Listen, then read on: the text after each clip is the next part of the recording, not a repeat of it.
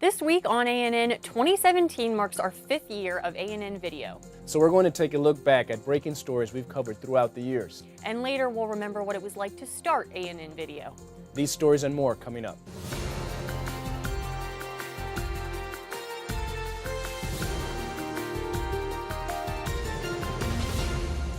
Thank you so much for joining us for a special episode of ANN Video. This week we want to take you on a journey through the past 5 years of ANN.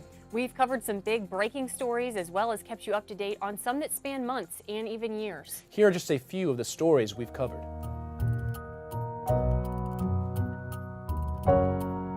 First in the news, Adventists worldwide are rallying support and prayers in the wake of one of the most powerful typhoons to make landfall in recorded history. In October, ADGA led relief efforts in the Caribbean and the U.S. East Coast after Hurricane Sandy devastated coastal areas.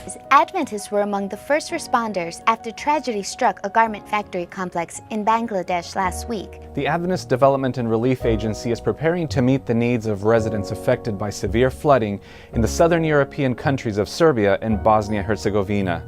Typhoon Hagapit, or Typhoon Ruby as it's referred to by locals, hit the nation December 6 with winds of up to 150 kilometers per hour. Seventh-day Adventist Church President Ted Wilson this week responded to the tragic earthquake in Nepal that struck on April 25 and killed more than 5,000 people. A 7.5 magnitude earthquake this week struck in Afghanistan. Several church properties sustained damage when a massive earthquake hit the Philippines last week. The world watched with agony as reports filed in about a coordinated terrorist attack that took place in the city of Paris last Friday. A group known for terrorist attacks in Western Africa raided a village, killing 9 people, including 7 Adventists.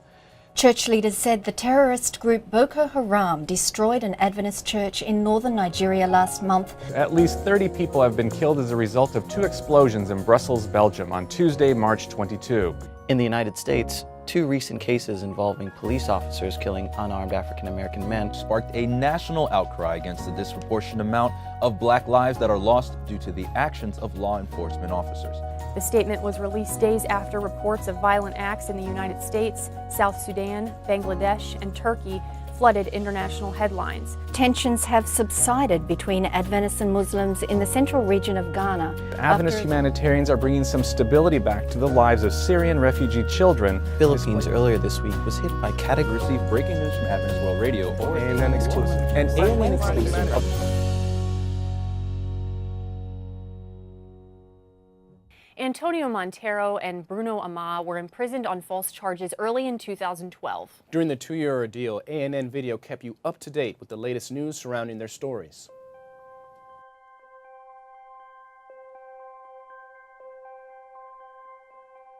A petition with more than 16,000 signatures is on its way to Togo. Adventist pastor Antonio Montero and church member Bruno Ama were detained nearly a year ago After a Togolese man implicated him and 2 other Christians as conspirators in an alleged blood trafficking network. A police search of the men's homes and offices produced no evidence, but they were not released.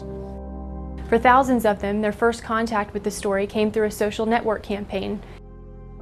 The public awareness event Pray for Togo took social networks by storm last week, generating thousands of shares and retweets.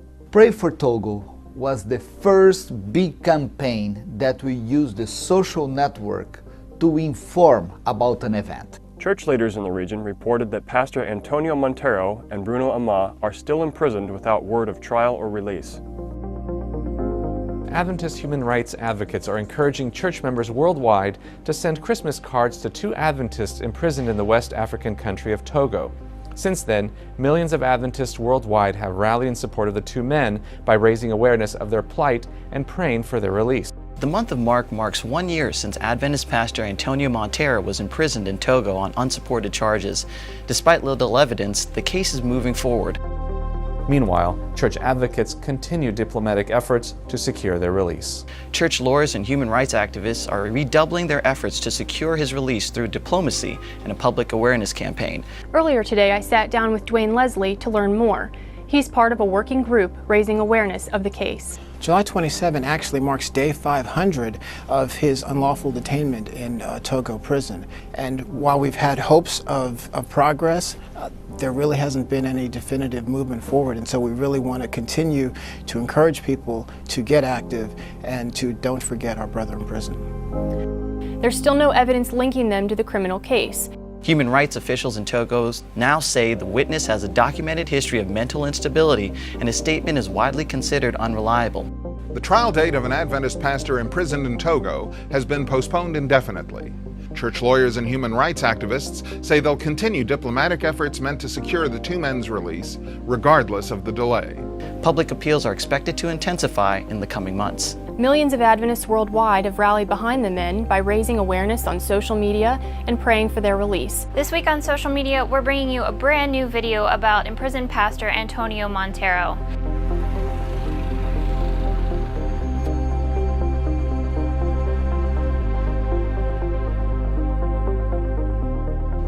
I wish that God will bless you tremendously in that place. If you have work to do, do it quick and come back home, back to your family, because we miss you very much. I love you very, very much. Amen.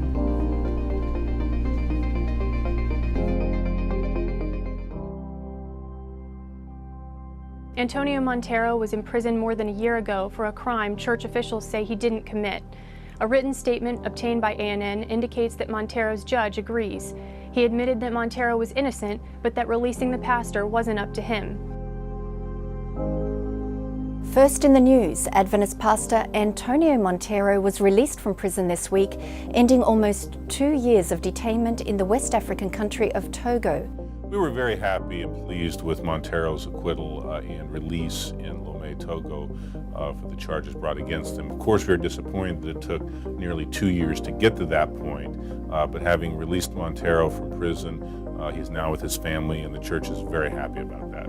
Montero's legal team and Adventist leaders waited outside the Lomé civil prison on Monday to greet the newly freed pastor. Church leaders say Montero and his family are expected to return to their home in Cape Verde in the wake of the ordeal.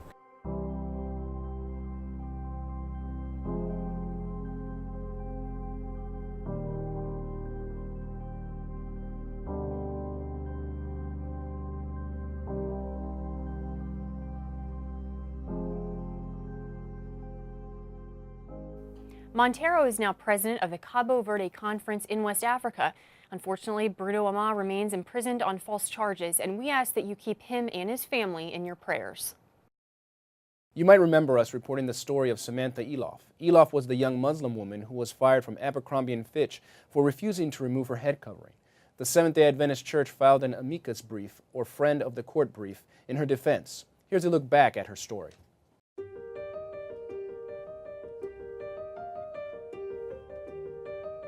First in the news, the highest court in the United States last week accepted its first workplace religious freedom case in nearly 30 years. The Supreme Court of the United States last week heard oral argument in a case that examined whether an employer could refuse to hire an applicant based on their religious practices and observances. The Seventh-day Adventist Church filed an amicus brief, or friend of the court brief, with other faith groups in the case of Equal Employment Opportunity Commission versus Abercrombie & Fitch Stores Incorporated. The case involves a Muslim woman who was denied a job because her hijab head covering violated corporate policy. Church leaders who attended the argument said the Supreme Court justices appeared to favor Eloff during the hearing. The U.S. Supreme Court voted 8-1 this week in favor of a case that examined whether an employer could refuse to hire an applicant based on their religious practices and observances. Dwayne Leslie has more on the significance of the nation's highest court taking the case. Well, this is actually the first time since 1986 that the Supreme Court has actually taken a workplace religious freedom case. And this should provide some additional clarity to job seekers who have Sabbath accommodation issues or want to protect other holy days, so they can have some additional clarity. Todd McFarland, Associate General Counsel for the Seventh-day Adventist Church, has more on the significance of the ruling. This case was important for a couple of reasons. First of all, the court made it clear that religious discrimination gets, in many regards, equal protection with other forms of protection, which is to say that it's intentional discrimination. It was also important because they clarified the way that these cases can be brought. And the court said exactly what plaintiffs have to do to bring these kind of cases. It was also important because they made it clear that, again, as I said earlier, is that it's not just a matter of treating employees neutrally or the same, because that's often what employers think is, well, we treat everyone the same, we expect everyone to work on Saturday, we expect everyone not to wear a headscarf, and so therefore we don't have to make an exception for you. And what the court said, and Justice Scalia said in the opinion, was, yes, you do, religion is entitled to more favorable treatment. And that type of language from the Supreme Court should signal to employers that they have to take this legal obligation seriously.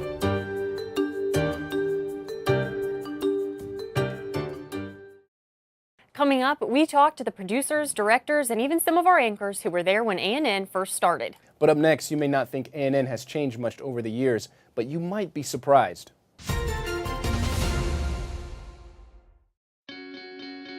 We are people, and we love to get connected. We connect as families because of birth. We connect as friends because we click. And we connect as communities because we care. Seventh-day Adventists are people who connect in communities called congregations, which in turn connect to form conferences, who connect together to form unions, divisions, and the General Conference. Why do we connect? It starts with a connection to the Creator, who invites us on a spiritual journey. When we journey together, we can help each other along the way. This journey is a journey of a lifetime, and as we learn and grow, life becomes filled with meaning and purpose. Our greatest joy is in helping others along the way.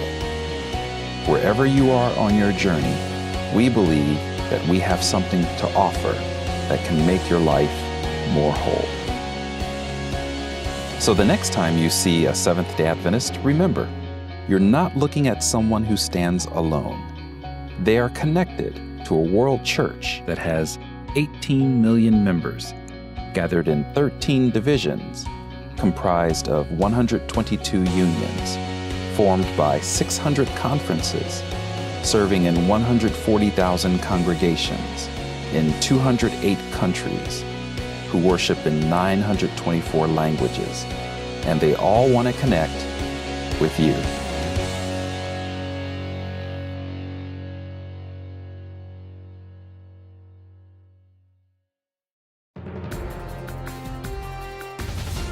Welcome back. When ANN Video started a little over 5 years ago, we were in the basement of the world headquarters of the Seventh-day Adventist Church. But through the years, we've updated our studio and our set. We've had to say goodbye to some old friends, but we've also welcomed some new ones. We hope you enjoyed this little look back over the years.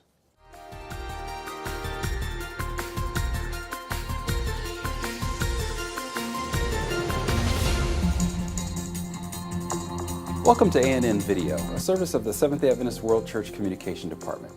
Coming up, several top church officials update us on their recent projects. But first, here are this week's Adventist News headlines. Welcome to ANN Weekly, a service of the Seventh-day Adventist World Church. Thank you for joining us. Welcome to ANN Weekly, a service of the Seventh-day Adventist World Church. Thanks again for joining us. Coming up, music evangelism connects with Europeans. How church health experts are shaping attitudes toward mental health. Holiday outreach in Brazil and Australia. Camping out at Church for a Cause. Religious conflict in Nigeria escalates. And new freedoms for Adventist servicemen in South Korea. Jamaica's Prime Minister praises the church's education and health outreach. A major study supports the Adventist health message. A new workplace religious freedom law protects Sabbath keepers. Church officials lobby for the release of a pastor imprisoned in Togo. 2 years after a devastating earthquake, an update on recovery in Haiti. A safer future for girls in Thailand. Praise for Adventist Health Ministries from the U.S. Surgeon General. A new future for Thailand's refugee community. And remembering an Adventist icon of longevity. These stories and more coming up. Young people in the South Pacific exercise the practical side of faith.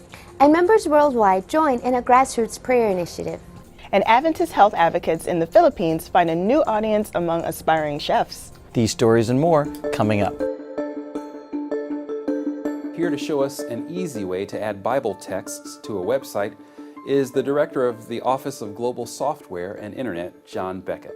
A lot of church websites have sermons, Bible studies, all kinds of things where there are Bible texts on the website. Now let's hear from media relations specialist Megan Bronner. This week on Twitter, we asked Adventist News followers to tell us about their best Sabbath activities.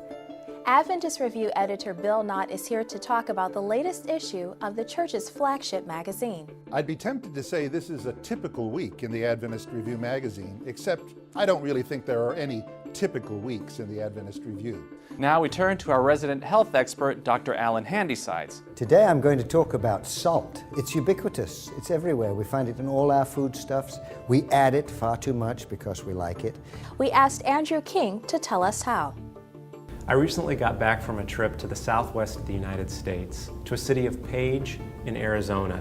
Welcome back. Let's hear from our iShare reporter, Sergio Gonzalez. The holiday season is quickly approaching, and we want to hear how you're celebrating the season of giving thanks and remembering the gift of God's Son. Let's turn now to church historian David Trim for This Week in Adventist History. Welcome to This Week in Adventism. On October 3, 1922, La Sierra Academy, as it was then called, opened for the first time. When Ellen was 12, she heard William Miller preach and seems to have accepted his message immediately. Thanks for joining us this week for our first episode of ANN Video News. We close this week with a few thoughts from our World Church Communication Department Director, Williams Costa Jr. We are delighted to share with you an expansion of the Adventist News Network service. Now, this service will be available to you through video. This program is the result of the collaborative effort of the General Conference Communication Department in partnership with the Adventist Review, Hope Channel, and Adventist World Radio. Thank you for your prayers and support.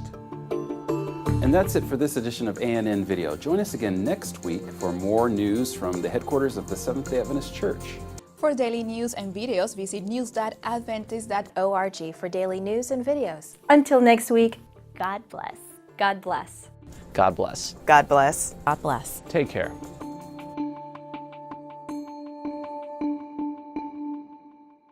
Do you ever wonder what goes on behind the scenes at ANN Video? We sat down with some of our past anchors and producers to hear some of their favorite stories and moments.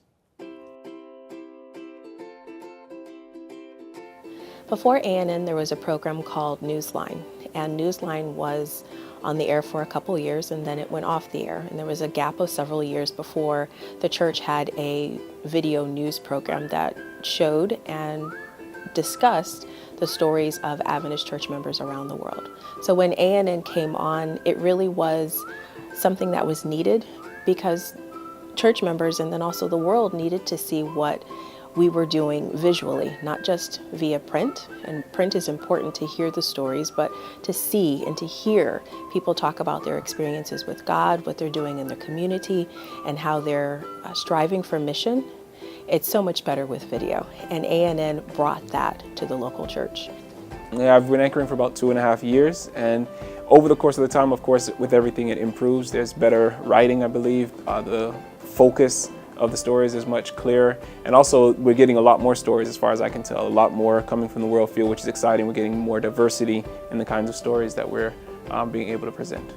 ANN has changed in the sense that, well, first of all, our set's changed and the way we produce the news has changed, but in the recent years, we've really made a focus to try to report news that is not Adventist news specifically, but that affects the whole world, and that we try to give an Adventist perspective to that news. For instance, the refugee situation, we've tried to talk about a lot, other humanitarian issues. We've also tried to talk about the instances of race relations here in the United States or violence, and also social justice, for instance, religious liberty issues that have come up and how that affects the Adventist Church and Christians in general. When I anchored ANN, I usually had the co-anchor of John Torres, and we had a blast. He was so much fun. We were always cracking jokes off camera, and even I think the video caught us a couple times making jokes and laughing. But we understood the importance of the stories that we were sharing with the world on ANN, and that was such a privilege and an honor to work with ANN even from the very beginning 5 years ago. Since then, I also began to anchor with Sanjay. Sanjay was also a great anchor, had lots of fun with him. We always had issues because he's so much taller than I am, so we always had to boost my seat up much higher so I would sit equal to him, but had some really great times anchoring with both those two gentlemen. Well, I really enjoy anchoring with Yvette. She is full of fun, and when the camera, well, I shouldn't say when the camera stops, but when the published part of the camera stops, she is very bubbly, has a lot of laughs with us, and so that's a lot of fun. Many times people don't understand the work that goes into a news program, a television program behind the scenes. So I want to give a special shout out to Jennifer, to Andre, to Emily, to all those that work behind the scenes. Putting together a program, a television program every week takes a lot of hard work. So kudos to them. And then for the support that the church leadership has provided to them to do ANN. I hope it continues for a very, very long time. Happy anniversary.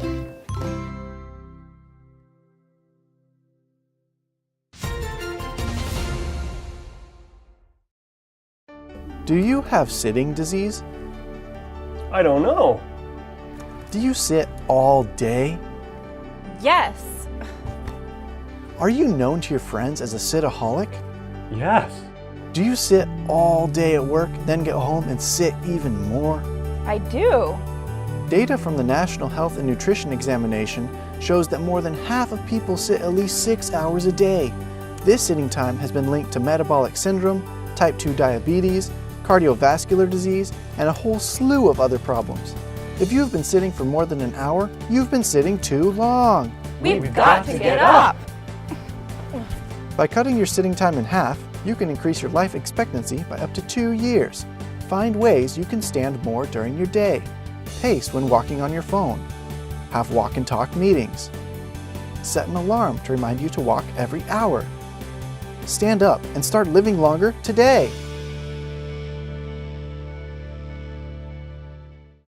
Olá, meu nome é Viviane e falo português.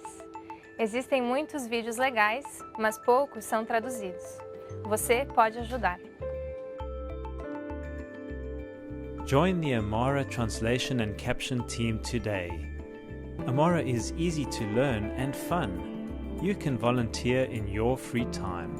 Join this community today and provide great content in your language.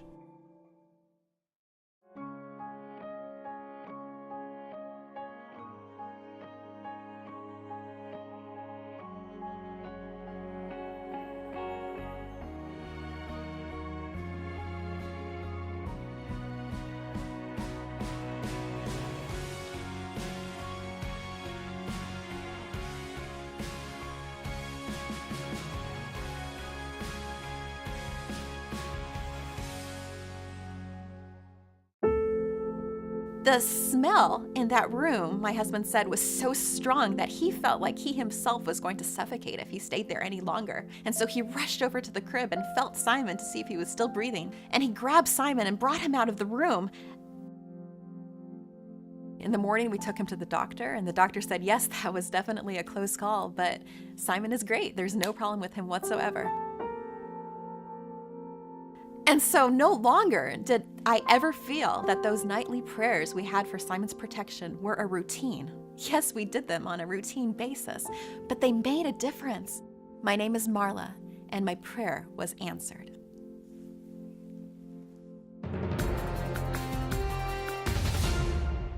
Welcome back. In keeping with the theme of this week's episode, let's take a look at a social media update from one of ANN's early episodes. A few years ago, Adventist communicators wrapped up the most far-reaching social media campaign undertaken by the World Church. They learned some do's and do-nots during the Pray for Togo initiative. Those tips are still relevant today, and we use them in our campaigns now. Firstly, when planning a campaign, you should try to keep it very focused. Even if you only have a few hours to get something off the ground, take some time to determine what is the one objective of your campaign. If you can't answer that question in one sentence, you might want to narrow it down. Next, you'll want to plan on how you'll measure your results. For a lot of our campaigns, we'll track the use of our hashtag. We'll also track the number of clicks on our Facebook ads and posts. Since a lot of the time our main goal was awareness, this is a good indicator of your social reach. You may want to consider other ways to measure your success if your campaign wasn't awareness-based. You'll want some good eye-catching graphics and content. Create some campaign images and videos for sharing and promoting a unique hashtag. Lastly, plan to follow up. After all this campaigning, people want to know what happened. Keep them involved by keeping them updated and ask them their opinions. Tag us in your upcoming campaigns so that we can see what you're up to. See you next time for more social media tips. And finally, let's turn our attention to Benjamin Baker for This Week in Adventist History. Welcome to This Week in Adventist History. On a Sabbath day on June 21, 1851, Ellen G. White had a vision at a conference held in Camden, New York. This revelation was timely, for despite the final disappointment on October 22, 1844, among Sabbatarian Adventists, there was a rash of time calculations for the second coming, one even emanating from stalwart Joseph Bates. Here is Ellen White's recounting of the vision. The Lord showed me that the message must go, and that it must not be hung on time, for time will never be a test again. I saw some were making everything bend to this next fall. That is, making their calculations and disposing of their property in reference to that time. I saw that this was wrong for this reason. Instead of going to God daily and earnestly desiring to know their present duty, they looked ahead and made their calculations as though they knew that the work would end this fall without inquiring their duty of God daily. White would be given several more visions on time setting, and in perhaps her most emphatic statement on the subject, she wrote, "No one will be able to predict just when that time will come, for of that day and hour knoweth no man. You will not be able to say that he will come in 1, 2, or 5 years. Neither are you to put off his coming by stating that it may not be for 10 or 20 years. Surprisingly, despite these clear statements from Ellen White that are based on the words of Christ himself, time setting has been a persistent problem among certain individuals throughout our history. This is one area in which we should really learn from the lessons of the past. And that was This Week in Adventist History. Thank you for watching ANN. We hope you join us next week for more news from the headquarters of the Seventh-day Adventist Church. We'd love to hear from you. Send us your feedback and tell us how your church is making a difference in its community. Be sure to capture plenty of video footage and photos, and then write up a summary of the event's important details. And feel free to send full video reports as well. You can reach us by sending an email to annvideo11@gmail.com. Before we say goodbye, here's a passage of good news from the book of Psalm 119, verses 48 through 50. I reach out for your commands, which I love, that I may meditate on your decrees. Remember your word to your servant, for you have given me hope. My comfort in my suffering is this: your promise preserves my life. That's our program for this week. And remember, you can always visit news.adventist.org for daily news and videos. Until next time, God bless. Take care.